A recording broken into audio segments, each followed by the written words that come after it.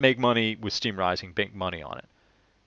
Yes, it is Brock. Yes, yeah, Don. Yeah, it's new info to a lot of people. It's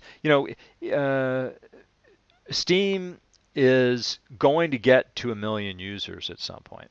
It's the principle of I think it's like the 13th monkey or the 100 monkeys or whatever it is, where you have monkeys dispersed on islands all over the place. But on one island, they train a bunch of monkeys to crack open a certain shell. And once they get 100 monkeys on that one island, crack open the shell, something like that, bang! Suddenly, out of the blue, islands, the monkeys on the other islands, all of a sudden know how to crack open this certain shell or get the certain food.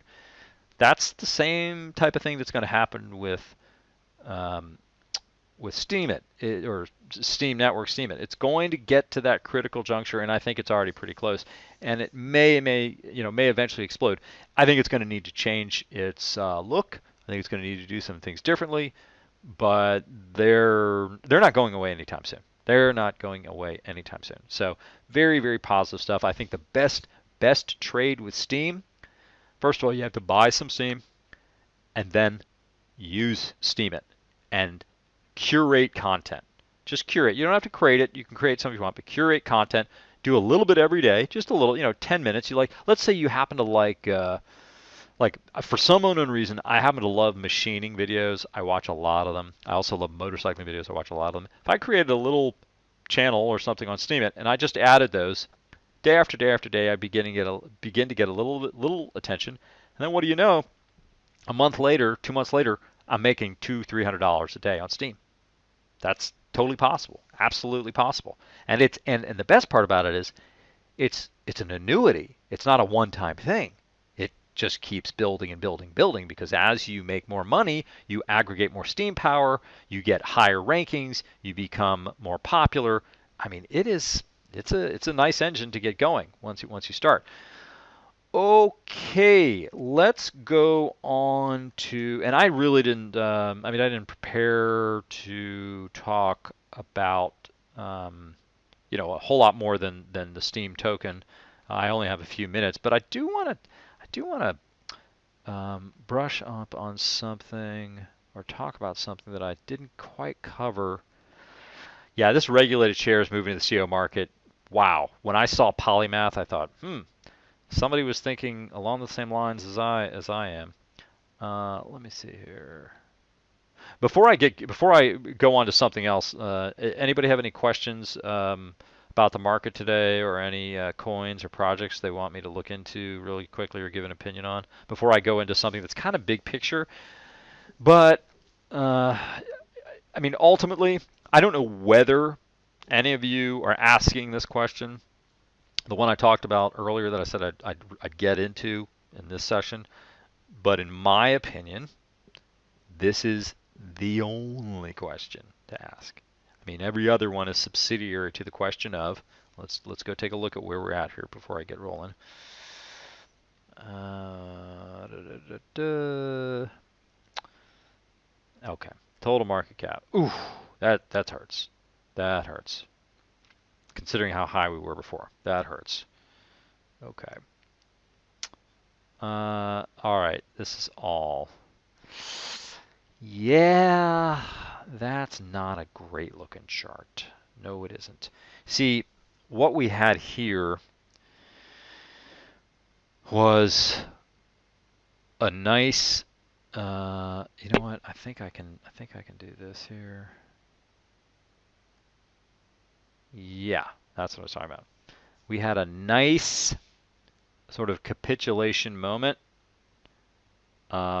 where we bounced down to just under 300. We hit the level where Bitcoin basically becomes nearly unprofitable to mine. We immediately bounced up. This is, of course, the 400 million point of an investment.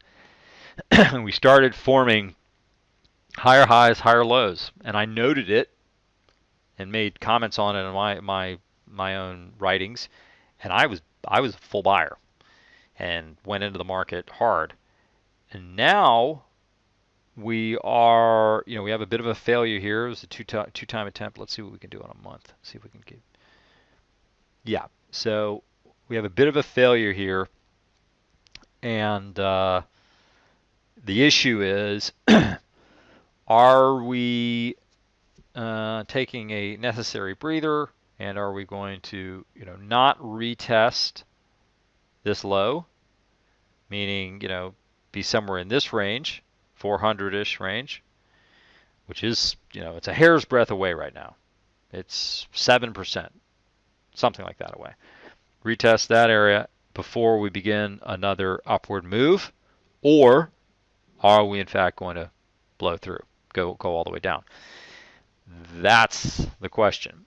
And based on my analysis, we have further down to go.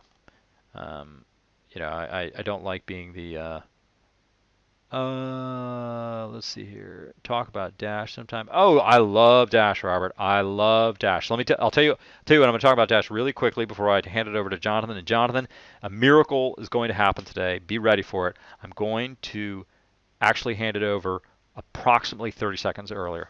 30 seconds early. It's going to be amazing. So, Dash. Dash as a currency works beautifully. It's got widespread adoption in Venezuela. Gosh knows they need it. Very fast transactions. It has privacy capability, but the big reason, Robert, that Dash is such a strong currency and one that I like a lot. I've held it and sold it at different times. At the moment, I do not hold Dash, but I will get back into Dash. I like Dash a lot. Dash is also one that could potentially, nothing's happening with Coinbase yet as far as I know, but it could potentially be. But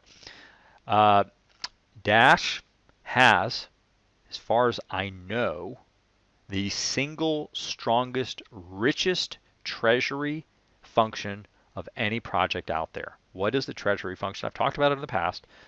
If you find a coin that has a treasury function and it's not a complete loser technically, it's going to survive and probably do well and prosper. PivX is in the same boat. In fact, Dash practically pioneered the concept of a treasury. And what that says is every so many blocks mined, a chunk of money or chunk of the tokens goes to the dev team, or really it's not even the dev team. It goes to the treasury, as they call it. And then the miners and the people can vote on how to spend the money. And they've done things like they hired a really good marketing lady who I think her name is might be Melissa. She does a great job on Dash videos. Then they hired, this was not a good move, Charlie Shrem to get a Dash credit card going or debit card. That didn't happen. So I like Dash a lot. I think Dash, here to stay, fantastic project. That's my opinion on Dash. I haven't looked at it in terms of whether it's going to rise or fall right now, but Dash is very strong. Any thoughts on the current pullback? Ed, are you referring to the stock market, or are you talking about the cryptocurrency market? Ed, I'm just curious which one you're talking about.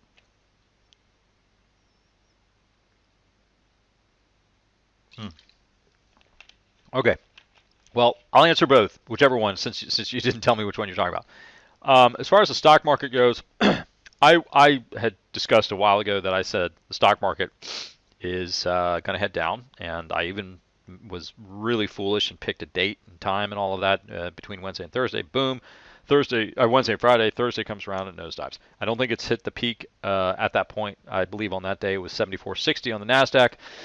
Turns out the Dow Jones and the other ones actually dropped more than the NASDAQ, which is kind of interesting, but now they're steadying out a little bit.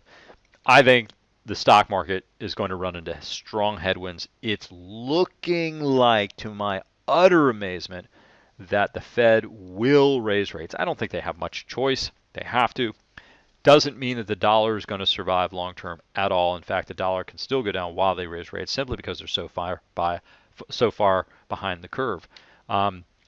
Stock market's doing a little bit of recovery, but I don't see it as a major recovery. And I think the probability is if somebody were to buy into the market now, they will not get a significant return on their investment. That's my book. Is the stock market going to fall through the floor?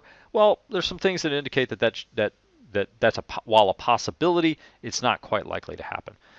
So, Jonathan, are you there waiting in the wings while I actually get out on time? Are you there? I'm not comfortable with change. Okay, well, sorry to do that. Oh, it's okay. There we go. 11. I made it right to there. All right, everybody. I know it was kind of a steam-heavy discussion. I didn't get into any big picture stuff, but I can remedy that tomorrow. If anybody wants some big picture stuff, I have some really big picture ideas tomorrow to share. So, Jonathan, thank you so much, and have a great day, everybody. You too. And you should watch the Black Mirror. There's a episode.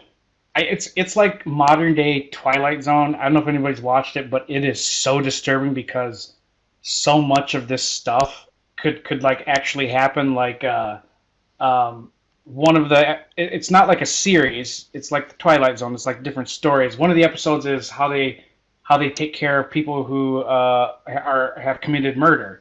Well, this one's set in Britain, and this opening of this scene is this gal's running from somebody trying to murder her, and she's yelling for help, and everybody's standing around here holding their cameras and recording her and watching her, and nobody's helping her. And Hmm. that's her punishment. Like her memories reset every day, and she lives through the same horror and terror that she put her victim through. And Ooh, like you interesting. feel sorry for her the whole yeah. But the one that's on that I'm saying that reminds me of one of the episodes is this one all about social network where people are totally obsessed with their rating and the entire currency and social status and how you get a job and how you transact is all based on how you are perceived by everybody according to your score, and people around you will rate you or downvote you, and eventually you become like a social pariah if you're not this fake person all the time. Sounds like China to me. Um, all right. Well, I will bow out, and we'll see everybody tomorrow. Later.